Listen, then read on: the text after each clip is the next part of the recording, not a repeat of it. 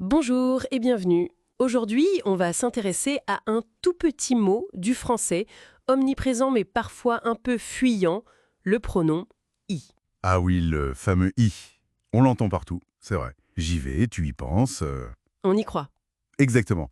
Il est court, mais essentiel. Tout à fait. Et l'idée aujourd'hui, c'est d'essayer de le démystifier un peu. On va s'appuyer pour ça sur ce qu'on trouve dans une ressource pédagogique, l'épisode 59 d'Easy French. D'accord. Donc au programme, ses fonctions, sa place dans la phrase, comment il sonne.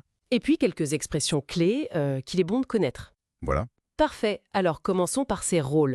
Le plus évident, je crois, c'est quand il remplace un lieu. Oui, c'est ça. C'est le cas le plus simple, disons. Si on dit je vais à Paris », eh ben on peut dire J'y vais. plus court, plus direct. Voilà. C'est vraiment un raccourci pour ne pas répéter. Un autre exemple, tu vas à la boulangerie. Oui, j'y vais. Facile. Ou nous allons en Italie cet été. Ça devient Nous y allons cet été. logique, économique, comme vous disiez. C'est ça.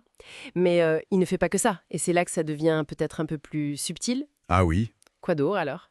il remplace aussi une chose ou même une idée qui est introduite par la préposition à. Donc, pas seulement un lieu physique. Si je dis « tu penses à ton avenir », Eh bien, ça devient tu y penses. Le i remplace à ton avenir. d'accord, je vois. Et c'est ça qui est intéressant, tu vois. Ce même petit i fait le lien entre quelque chose de concret, comme je vais à la piscine, j'y vais, et une idée, une abstraction, comme je réfléchis à la question, j'y réfléchis. C'est vrai que cette polyvalence est assez remarquable. Oui, et ça marche avec plein de verbes qui se construisent avec à. S'intéresser à, croire à, participer à. Par exemple, il s'intéresse à la science. Ça donne « il s'y intéresse ». Exactement. Mais alors, il y a un point important, je crois. Une sorte de piège. On ne peut pas l'utiliser pour les personnes. Ah, vous touchez le point crucial. C'est une erreur très fréquente, oui. Si on dit « je pense à Marie », il est absolument impossible de dire « j'y pense Ah, d'accord. ». Interdit. Interdit. Ça sonne faux et même un peu déshumanisant, comme vous disiez. Il faut dire « je pense à elle ». Le « i » est vraiment pour les lieux, les choses, les concepts introduits par « a ». Jamais pour les personnes. Bon, c'est noté. Lieu ou idée avec A, pas les personnes. C'est clair. Alors, une fois qu'on sait quand l'utiliser, la question suivante, c'est où le mettre dans la phrase ST. Oui, le placement. La règle générale, elle est assez simple, juste avant le verbe. Le verbe principal, conjugué. Donc, il va à la gare devient il y va. Nous pensons à ce problème devient nous y pensons. Avant le verbe. C'est ça. Il y va, nous y pensons. Simple. Mais et s'il y a deux verbes? Par exemple, au futur proche, je vais aller à la bibliothèque, ou avec un verbe comme vouloir. Je veux penser à cette solution. Où va le i là? Ah, très bonne question. Dans ces cas-là, avec un verbe conjugué suivi d'un infinitif, comme aller plus infinitif ou vouloir plus infinitif, justement, le i vient se glisser juste avant l'infinitif. Avant l'infinitif. D'accord. Donc, je vais aller à la bibliothèque devient J'y vais. Je vais y aller. je vais y aller. Et elle doit penser à son projet? Elle doit y penser. Il se met entre les deux verbes, en fait. Juste avant celui qui porte le sens principal lié au i. Ah, voilà. Entre les deux. Ça change tout pour la fluidité, d'accord.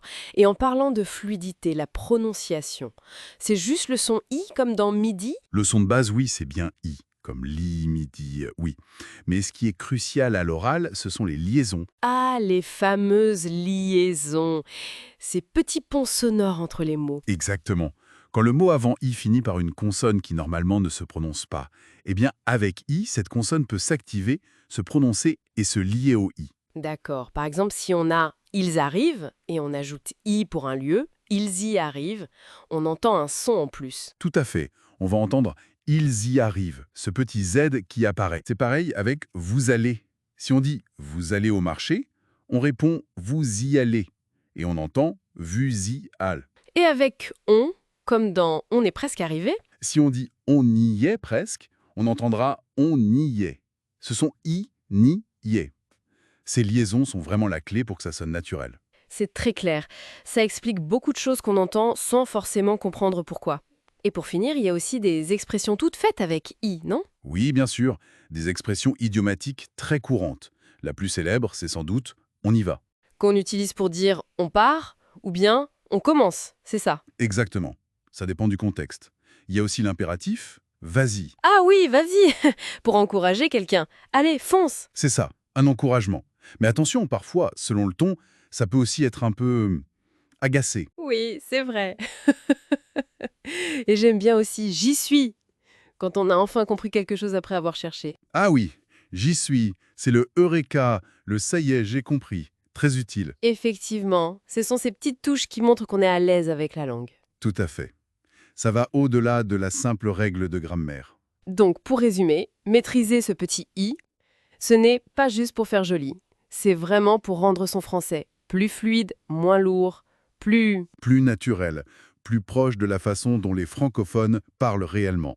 C'est un de ces petits détails qui font une grande différence à l'oreille. Absolument. Ça allège la phrase. Ça évite les répétitions, ça connecte les idées de façon concise. Et ça m'amène à une dernière réflexion, puisque ce « i » fait le pont, comme on l'a vu, entre des lieux physiques bien concrets et des idées, des concepts parfois abstraits, toujours via cette préposition « à », est-ce que vous pensez que cette utilisation constante, presque inconsciente de « i » pour lier le spatial et le conceptuel, est-ce que ça pourrait influencer, même subtilement, notre façon de conceptualiser ces liens en français? C'est une question euh, vraiment intéressante, oui. Comment un outil grammatical, somme toute assez simple, en vient à tisser des liens aussi fondamentaux entre le monde qu'on touche et le monde des idées? C'est vertigineux quand on y pense. Est-ce que ça modèle notre pensée? Peut-être. Ou est-ce le reflet d'une pensée qui aime faire ses ponts? Difficile à dire, mais c'est une très belle question. Oui, une question à laisser mûrir, peut-être pour une prochaine fois. Absolument. Voilà, matière à réflexion.